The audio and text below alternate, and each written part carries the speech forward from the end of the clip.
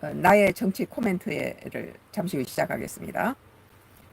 오늘 서울신문 2024년도 8월 22일자 기사입니다. 한국산에 밀려서 세계에 호령하던 일 제품 결국 공장 멈췄다라는 기사입니다.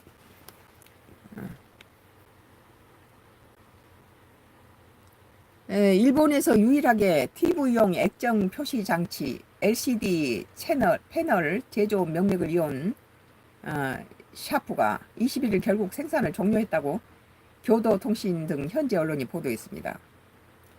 이날 샤프는 오후 4시부로 오사카부 시카이시의 대형 LCD 패널 공장 생산을 중지했다면서 이것으로 대형 LCD 생산으로부터 철수한다고 발표했습니다. 이날까지 만들어진 LCD는 내년 3월 말을 끝으로 거래처 판매도 종료됩니다. 샤프의 LCD 패널 사업은 2년 연속 거액의 적자를 내는 주요 요인으로 꽂혀왔습니다. 이로써 일본 업체의 TV용 LCD 패널 생산 시대는 막을 내렸습니다. 샤프 등 일본 전자 대기업은 2000년대 중반까지 LCD 패널 부분을 선도했으나 한국과 중국과 경쟁에서 밀리면서 잇따라 사업에서 철수했다. 이제 한국하고 중국이 쫓아오니까 일본이 감당이 안 되는 거죠. 인건비가 높거나 그러면은.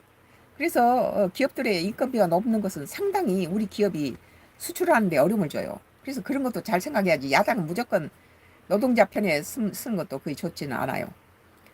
그 기업을 도산시키고 이런 일본과 같은 일이 우리나라에서도 없다는 보장은 없죠. 그래서 이제 그 2000년대 중반까지 LCD 패널 부분을 선도했으나 한국과 중국의 경쟁에 밀려서 잇따라 사업에 철수했습니다. 일본 기업이. 샤프에 앞서 소니는 2012년 삼성전자의 LCD 제조 합작회사 주식을 모두 매각했으며 파나소닉 2016년에 TV용 LCD 패널 생산을 종료했다. 2009년 샤프가 4,300억 엔 3조 9,411억 원을 들여서 건설한 사카이 공장도 마찬가지로 한국, 중국과의 경쟁에 밀려나와서 수익 악화의 길을 걸었다. 일본이 이제 인건비가 올라가니까 이게 이제 점점 경쟁력이 없어지는 거겠죠. 샤프는 지난 6월부터 사카이 이 공장의 패널 생산을 축소해 왔으며 해당 제조라인 직원이 500여 명을 상대로 희망퇴직도 받았다.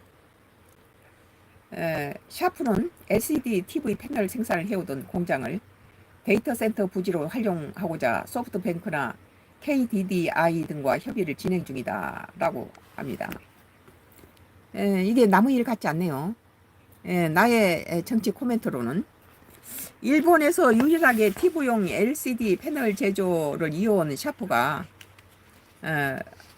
한국과 중국 제품들로 인하여서 적자로 문을 닫는다는 보도입니다. 그래서 일본만의 문제가 아니라는 거 이게. 지금 우리 한국하고 중국이 일본에 유일하게 남아있는 LCD 패널 제조 공장을 갖다 문을 닫게 했는데 그 다음에는 이제 우리 한국이라는 소리예요.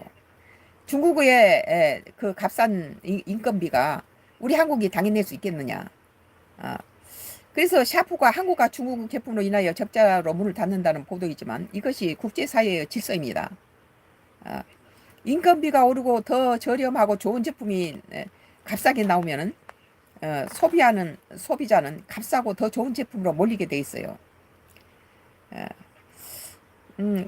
우리도 일본 시세가 될 수 있습니다.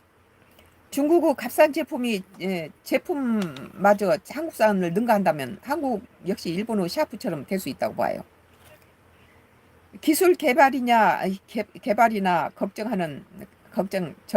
기술 개발이나 적정한 가격을 유지하려면 노동자 임금 상승도 기업에 큰 영향을 주고 존폐의 위험까지 몰고 오기 때문에 노동자의 권위만을 앞세우는 것도 야당이 자꾸 노동자 권위하고 우선하고 이러는데 이것은 기업을 죽이는 길이 될 수도 있어요. 기업이 죽어버리면 노동자에게 일자리가 없어질 거잖아요. 그래서 무조건 뭐 노동자의 무슨 권위를 앞세운다 하고 그걸 밀고 나간 것이 노동자를 위한 것 같지만 결국은 노동자의 직장을 잃게 만들고 기업이 도산하는 오늘 지금 일본이 TV용 LCD가 마지막 남은 것이 한국산과 중국산에 이어서 문을 닫았다는 보도는 이 다음에 있을 우리 한국의 중국의 국가에서 엄청난 보조를 해주고 또 인건비가 우리 한국보다 굉장히 싸잖아요.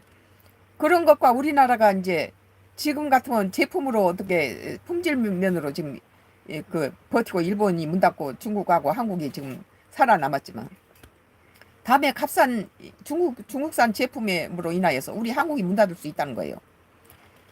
그래서 그 야당이 요새 저기 민주당이 무슨 노동자의 모범법을 통과시키라 하라 하는데 이것은 노동자를 위한 게 아니에요.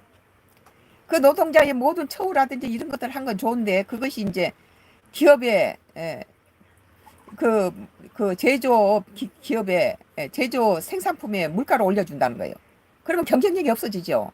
그러면 그 기업이 지금 오늘 일본의 TV용 LCD 패널 제조 회사처럼 문을 닫아야 되는 지경이 이르면 결국은 그 노동자의 그 인권이나 모든 그 개선해준 그런 것들이 자기 직장을 잃게 만드는 결과를 가져옵니다. 야당이 너무 날치고 까불어대면서 한국의 기업을 도산시키는 그런 노동자만을 위한 그런 것도 참 문제가 많아요. 그래서 노동자 권익만을 앞세우는 것은 한국 기업의 몰락을 가져오기 때문이죠. 다음에는 이제 중국하고 한국이 남았는데 그 다음에 누가 몰락할 한국이 엄청난 특별한 그런 기술을 가지고 계속 개발해 나가겠지만 뭐 저렴한 중국산에는 밀리잖아요. 그러면 사람들이 이제 생활이 어려워지면 저렴한 그 중국산으로 넘어가죠.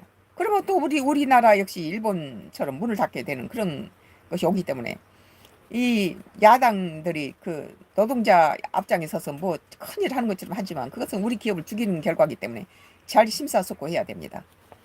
오늘 서울신문 2024년도 8월 22일자 기사 한국산에 밀려서 세계 호령하던 일 제품 결국 공장에 멈췄다.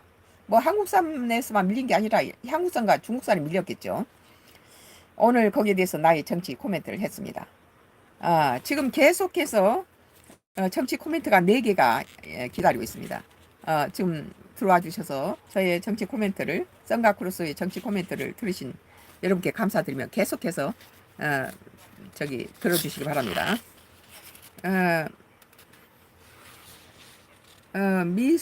미스터 불토 내 눈이 나빠서 잘 안 보이네. 미스터 불토 어르신 건강하십시오. 네 감사합니다. 미스터 불토도 건강하십시오. 감사합니다. 다음에 이제 또 계속 연거보 썬가크루스의 나의 정치 코멘트를 계속 하겠습니다.